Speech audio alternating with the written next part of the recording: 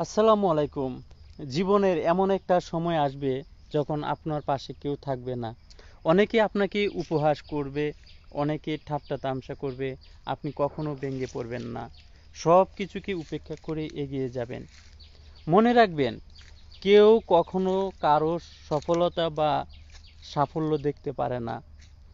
Success হতে হলে জীবনে অনেক ধৈর্য ধরতে হয়, কারণ অনেক সময় অনেক বাধা আসে, অনেক কটূক্তি আসে, অনেক কথা শুনতে হয়। অনেক সময় আপনি নিজেকে মনে হবে যে পৃথিবীতে আপনি নিঃস্ব, আপনি একা।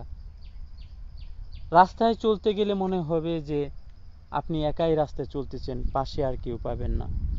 সেম যদি গন্তব্যটা, আপনার লক্ষ্যটা যদি ঠিক থাকে, লক্ষ্যটা যদি ভালো হয়, সেই লক্ষ্যে পৌঁছানোর জন্য আপনাকে সব সময় একাই চলতে হবে।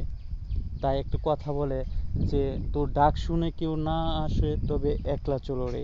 সেই একলাই আপনাকে আপনার সফলতা বা সাকসেসফুলের দিকে এগিয়ে যেতে হবে।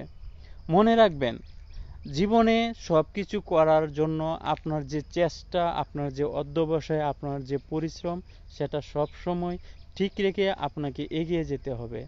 তখনই আপনি সফলতার মঞ্চে দাঁড়িয়ে একদিন বলতে পারবেন যে আজ আমি সফল। আর যেদিন সফল হবেন সেদিনই আজকে ব্যর্থতার গল্প সবার মধ্যে আপনি ছড়িয়ে দিতে পারবেন।